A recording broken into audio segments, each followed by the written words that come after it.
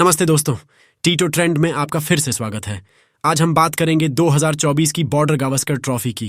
दोस्तों, team India को बड़ी चुनौतियों का सामना करना पड़ेगा और वो क्या है और टीम इंडिया कैसे बॉर्डर गावस्कर ट्रॉफी जीत सकती है, उन रणनीति पर बात करेंगे।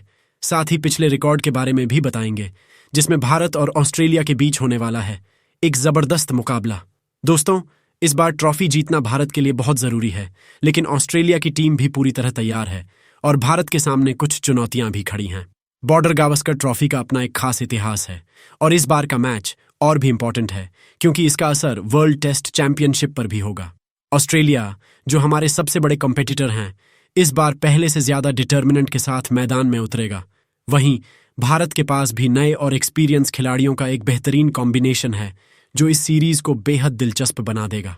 बॉर्डर गावस्कर ट्रॉफी 2024 के लिए भारत और ऑस्ट्रेलिया दोनों की टीमें पूरी तरह से तैयार हैं।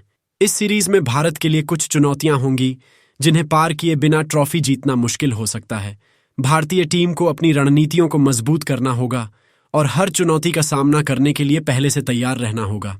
यहाँ हम डिटेल से देखेंगे कि भारत के सामने कौन कौन सी चुनौतियां होंगी और इनसे निपटने के लिए कौन सी रणनीतियां अपनानी होंगी। चुनौती 1, ऑस्ट्रेलिया की तेज और बाउंसी पिचें। ऑस्ट्रेलिया की पिचों की सबसे बड़ी खासियत उनकी बाउंस और पेस है, जो अक्सर भारतीय खिलाड़ियों के लिए मुश्किलें खड़ी करती हैं।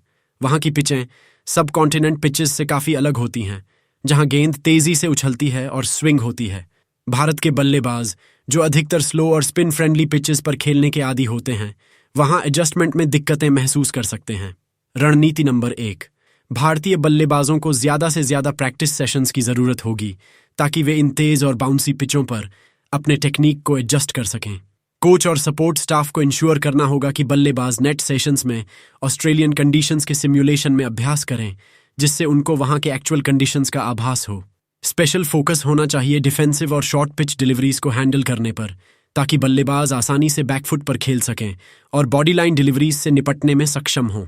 चुनौती 2, ऑस्ट्रेलिया के तेज गेंदबाजों का सामना करना।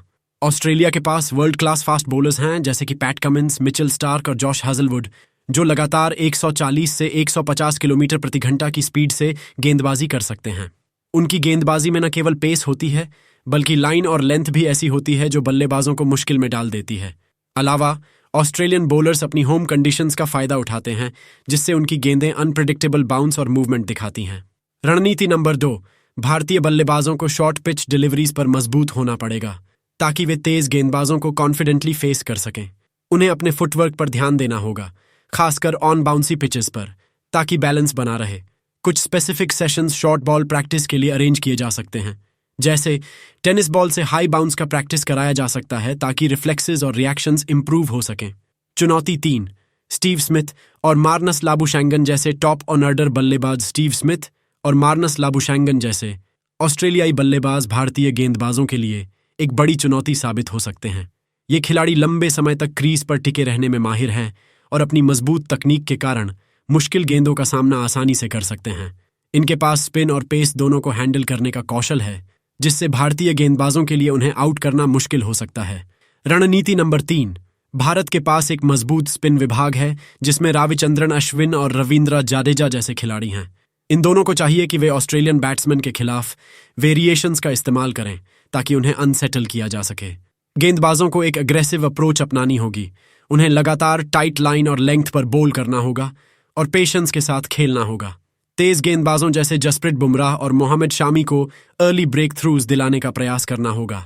चुनौती 4, ऑस्ट्रेलियन कंडीशंस में फिटनेस की चुनौती। ऑस्ट्रेलियन कंडीशंस भारत से काफ़ी अलग होती हैं।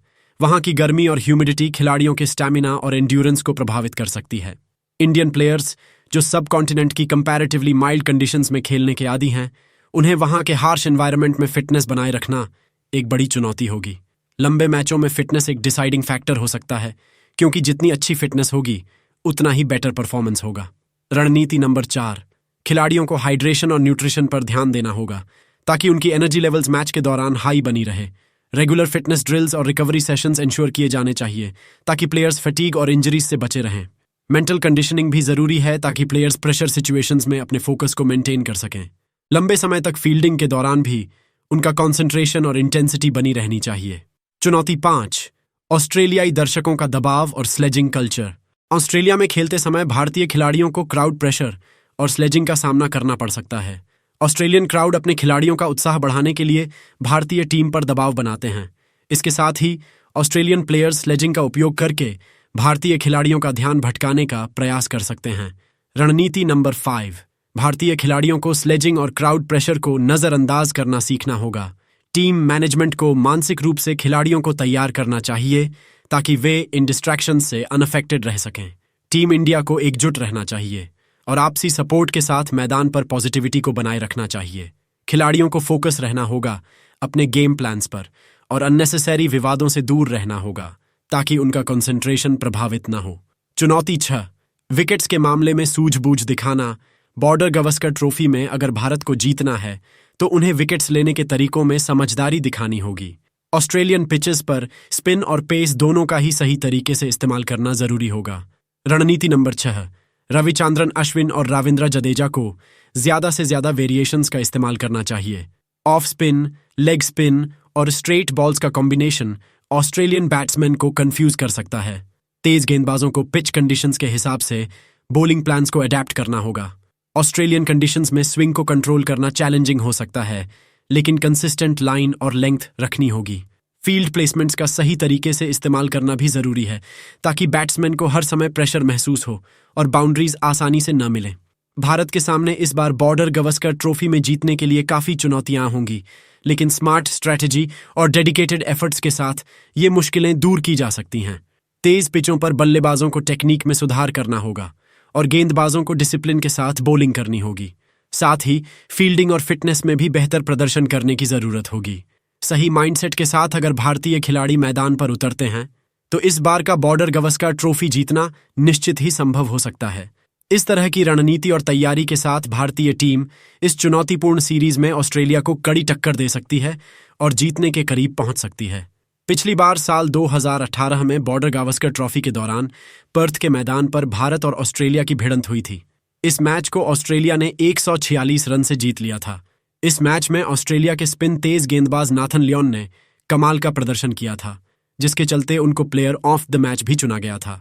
हालांकि भारत की तरफ से इस मैच में विराट कोहली ने शानदार शतक लगाया था। कोहली ने पहली पारी में 123 रनों की पारी खेली थी, लेकिन कोहली इस बार पहले जैसी फॉर्म में नहीं दिखाई दे रहे हैं। पिछले कुछ समय से टेस्ट क्रिकेट में विराट का बल्ला खामोश दिख रहा है।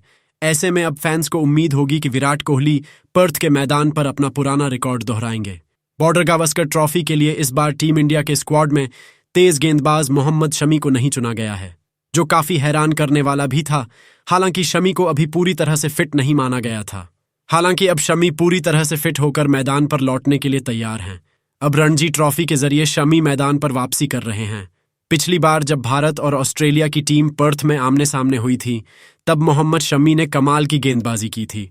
उस मैच में शमी ने दूसरी पारी में 6 विकेट चटकाए थे। टीम इंडिया के पास ऑस्ट्रेलिया दौरे पर 5 सलामी बल्लेबाज मौजूद हैं, जो टीम इंडिया के लिए ओपन कर सकते हैं। इसमें रोहित शर्मा और यशस्वी जायसवाल भारतीय टीम को मैन ओपनर होंगे। इसके अलावा अभिमन्यु ईश्वरन को बैकअप ओपनर के तौर पर टीम में शामिल किया गया है। टीम में केएल राहुल और शुभमन गिल भी शामिल है, जिन्होंने कई मौकों पर टीम इंडिया के लिए ओपन किया है। ऐसे में कुल 5 सलामी बल्लेबाज मौजूद हैं, जिनका टीम इंडिया इस्तेमाल कर सकती है। हालांकि सभी बल्लेबाजों में कोई न कोई परेशानी नजर आ रही है। रोहित शर्मा के बारे में बात करें तो वह इस सीरीज का पहला मुकाबला मिस कर सकते हैं। इसके अलावा रोहित शर्मा कुछ खास फॉर्म में नहीं है। यशस्वी जायसवाल ने अभी तक ऑस्ट्रेलिया में एक भी इंटरनेशनल मैच नहीं खेला है। 3 अन्य सलामी बल्लेबाजों के बारे में बात करें तो केएल राहुल टीम इंडिया में फ्लोटर की भूमिका निभाते रहे हैं।